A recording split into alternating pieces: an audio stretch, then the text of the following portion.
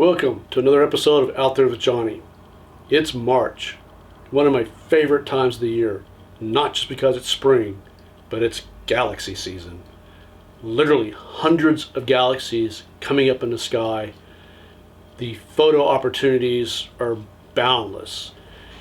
And this year, I've got something totally different to use I've never used before. I've had many types of telescopes, and you've seen some of the ones I have, mostly refractors, but I had SCTs, I've had MCTs, but I've never owned an RC.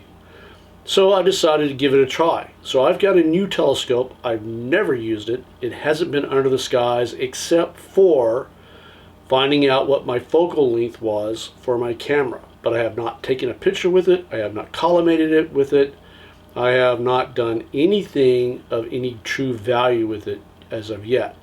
But what I'm going to do with this video is I'm going to introduce you to that telescope, but I'm also going to show you what mount I'm going to use. And we're going to start with the case. It's heavy. And we're going to put it on this mount, or on this tripod, excuse me, and we're going to put the scope on here, and I'm going to walk you around the scope. And then the video after that will be a clear night where I can actually go out and start using it. That second video follow-on is going to be the collimation of the telescope. So if you've never watched someone collimate a telescope, or if you're wondering what it was, or if you're trying to learn one on yourself, then we're going to learn together on this telescope you're going to see today. And then once I get it collimated, if time permits, we will go after our first galaxy and see what we can do. Now I can tell you right now, with some previous SCTs I've owned, collimation was very frustrating for me when I first started. But as I learned more and I had people show me how to do it, it became increasingly easier. Now with this RC, I'm hoping that that experience plays into this and it goes rather smoothly. I do know it's not in collimation because when I did my focus, when I figured out my back focus for my camera, when I did get it in focus and out of focus, I noticed that collimation is out on it. So we will have to do that. So anyway, with that said, let's go ahead and start building this thing. When you open this case up, the iOptron, I'm going to pause this video for a second and we're going to take a look at what's in the case, and then we'll realign it again for actually starting the build. So just hang on for a few minutes, I'll be right back. Okay, we're back. So here's the case. You open it up, the first thing you're going to see is the top tier foam. It's going to have a spreader with the eyepiece holders, and it's going to have my counterweight bar. Underneath that,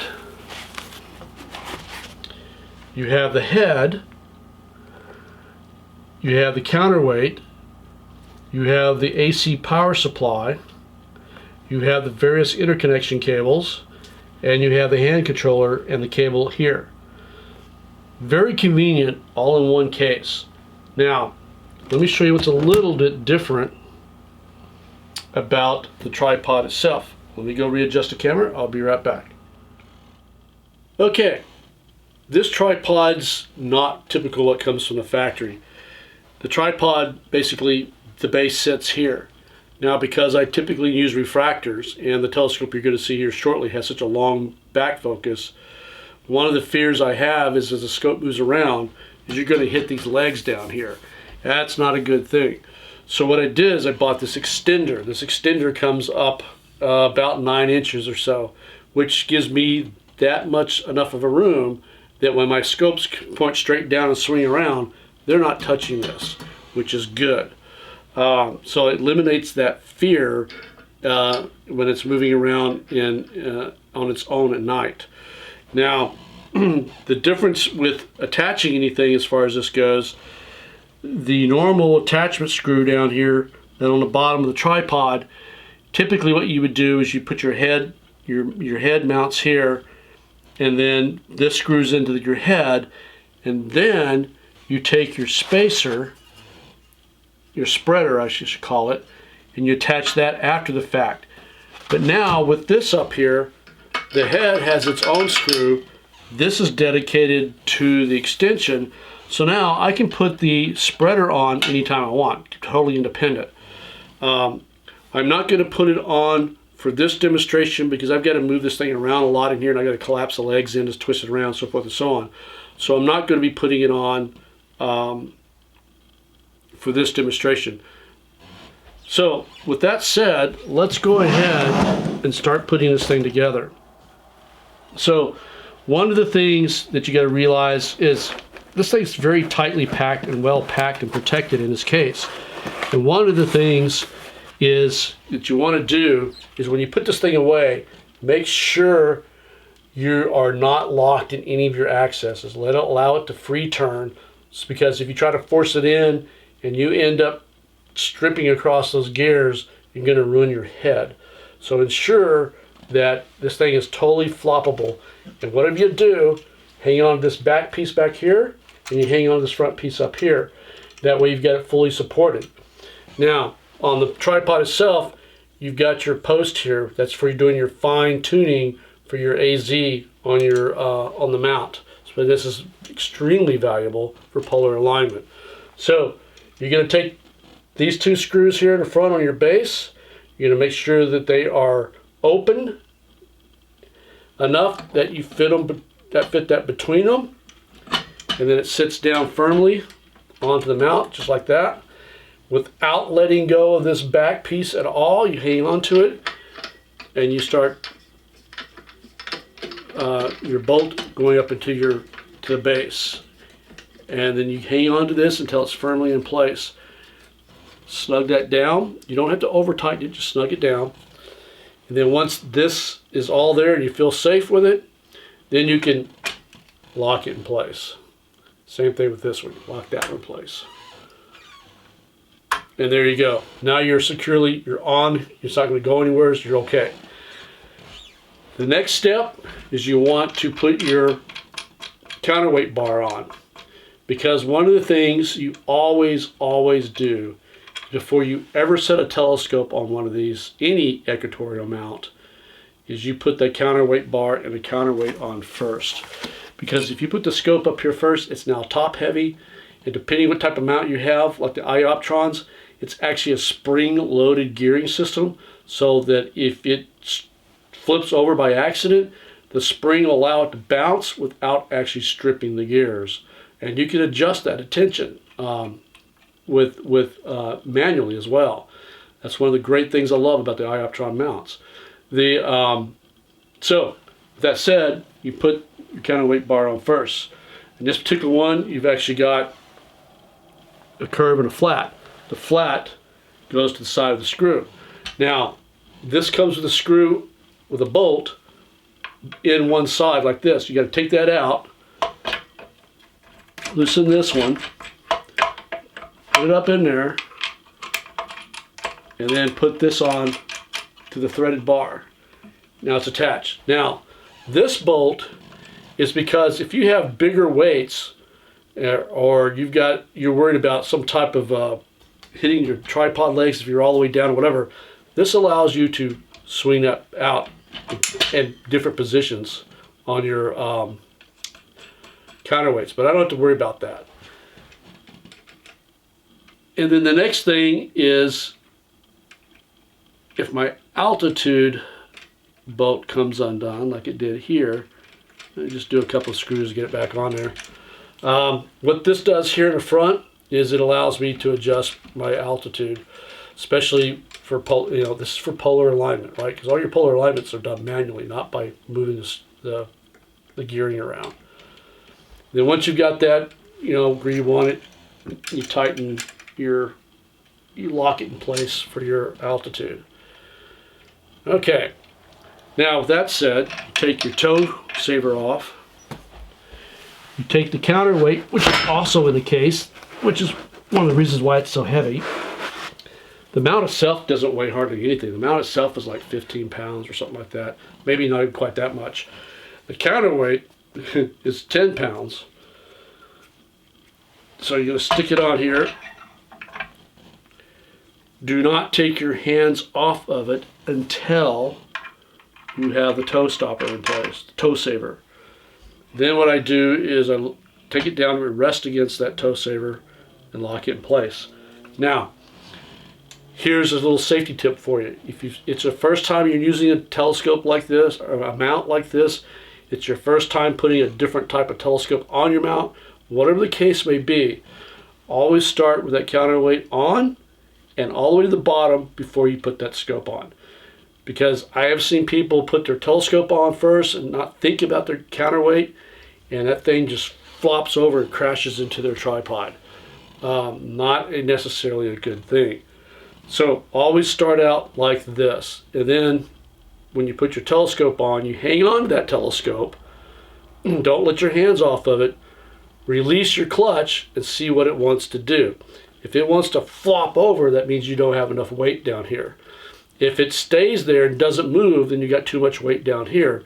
So then you start adjusting your weights to get this thing to start balancing. So next step is your interconnections. So on this particular telescope, turn it around, or I should say on this mount. I keep saying telescope, I apologize for that. On this particular mount, I have to connect my drives. So through this little interconnect wire here. So they're not internal like you do on some of your Celestrons, and I think even Orion, the wiring's all internal. This one's external. It's kind of nice because it's easy to fix. And iOptron has made their products to where they're self-serviceable. I have completely built heads from the ground up. They furnish the boards and everything. They give you the instructions to do it. And you can do your own work. And I actually encourage that, which is a great thing. I've gotten some mounts from them that were not from them. I've gotten iOptron mounts I bought secondhand that had issues, and the guys worked with me to get them fixed. They'd send me the equipment I needed, so forth and so on. I actually bought a iOptron mount a long time ago. It was a Gem 45. It was a demo model that they used on the floor, and they sold it to me at a fraction of the cost, but still under warranty because it was still sold as new, but a demo model. When I got it, it had some serious problems. And so I worked with iOptron. They sent me all the parts. I tore everything apart, replaced the boards, upgraded the firmware, and it worked beautifully ever after that until I sold it. So great company. I recommend them. I'm not sponsored by them by any means, but I do like their products. Okay, now you get this cable, we'll flop it around again.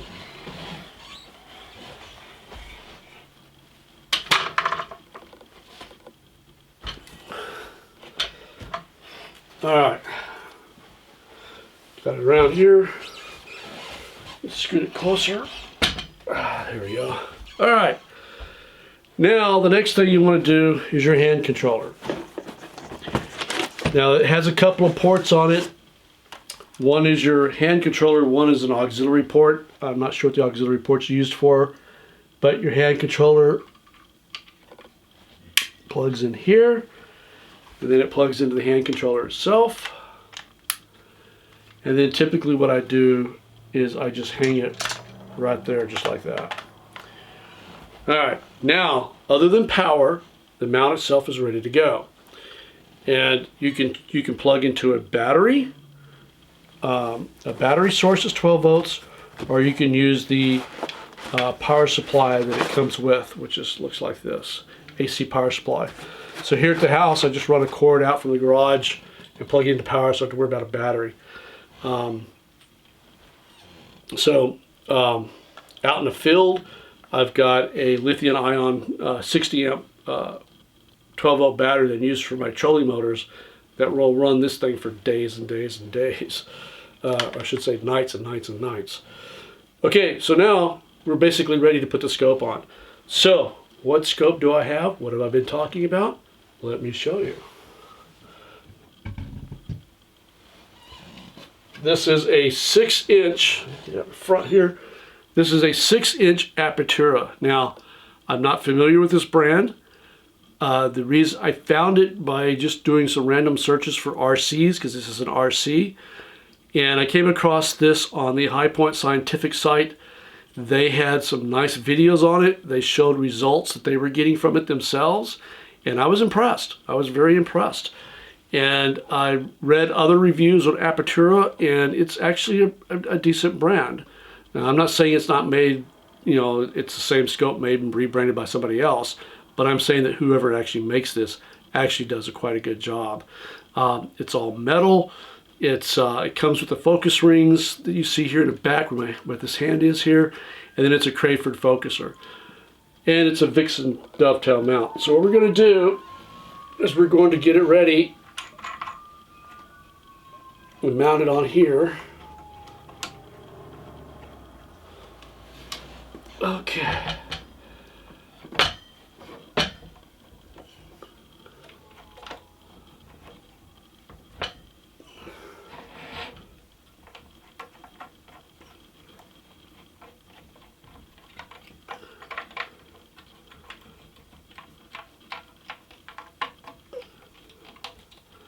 You notice that while I'm mounting this hand fully supports it, never lets go until I know I've got 100% connection on this.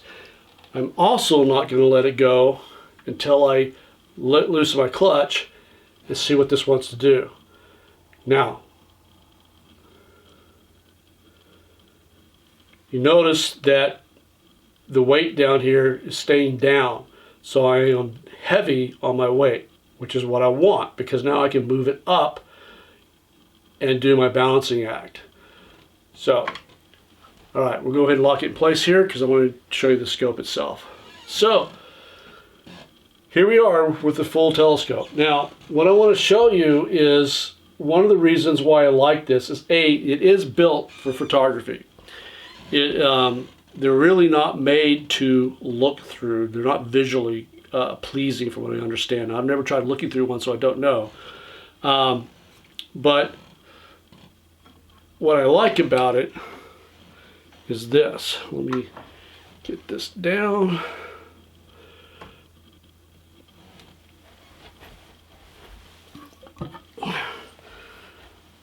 There's no glass here. It's open. And so I don't have the thermal dynamics I have to worry about with an MCT or an SCT.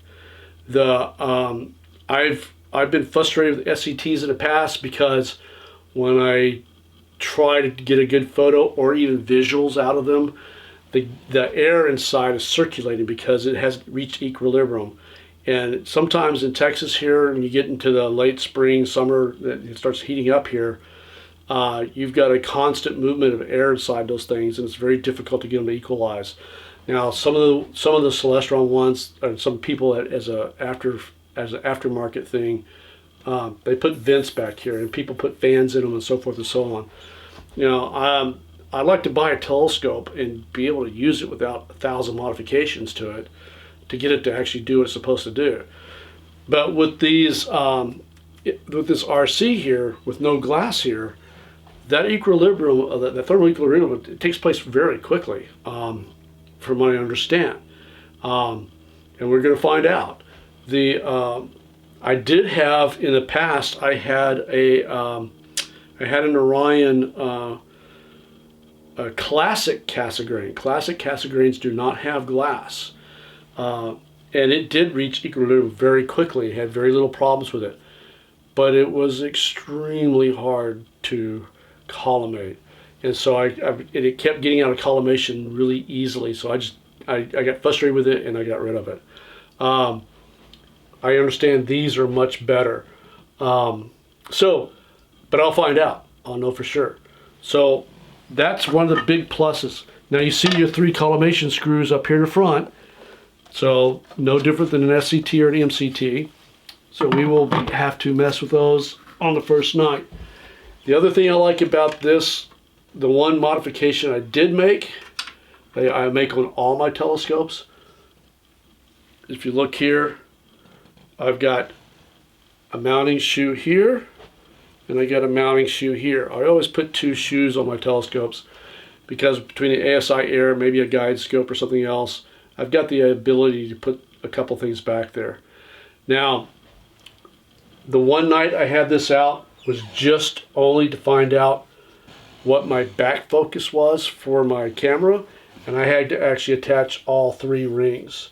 So all 3 rings had to go in here, and then you have a Crayford back here, which is nice because instead of having an internal baffle tube that moves all the way in and all the way out through a focuser on the back here, I can put these tubes on here and do this.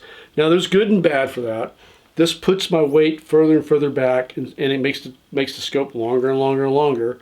But I happen to like this, especially this Crayford fine tuning, so I can actually get that dialed in because it does have your 10-to-1 adjustment as well. So that I do like a lot. Let me lock this back in place. So with that said, this is how it's all set up. This is what it's going to look like. The next night I have that I can get out is going to be collimation. We're going to be focusing on collimation. And depending how long that takes or how frustrated I get, we may or may not have time to go after a galaxy that night. I bought this purposely to go after galaxies. I haven't tried it on any of the other things that they're known for is not only galaxies, but any small object you want to go after. Maybe planetary nebulas would be good with this. Although planetary nebulas, to get more detail, you probably need a little bit more aperture as well. I'm not really totally sure about that. I don't know how good this is on planets. I don't typically do planets. Don't even have a planetary camera for that. But I understand that that they can be quite good for that as well. So anyway, that's your introductory to the new telescope, introductory to the setup. I hope you enjoyed this. Get a little bit of a tutorial how it's all set up, some of the features that are involved with this telescope here, and the mount itself, the tripod, and how we have it set up. And I'm looking forward to getting out there on a clear night and doing a collimation. And I'm going to video that as well. And I've never collimated with the ASI Air, so I don't know how well that will work. If it turns out that it doesn't work that well, then I'll default back my PC with Sharp Cap, which works really well for collimation. I do like Sharp Cap. I love Sharp Cap, but I don't like lugging around my PC all the time. So anyway, that's what we have for today. I hope you enjoyed this video. Leave any comments if you like. Share with your friends if you think this is of any value. And again, I'm not sponsored by anyone. I don't want to be sponsored. My channel's not monetized. I have no intention of monetizing my channel. This is just to share what I like to do, is to share some knowledge I've gained in my 60-something years of life in general. And and I want people to go out and enjoy, a chance to see the things that I do, and maybe pick up a hobby of themselves and go enjoy it themselves as well. Eventually I'll be doing more than just astronomy, but I'm kind of focusing on this right now. So, hope you enjoyed it. Tell your friends, and I will see you out there.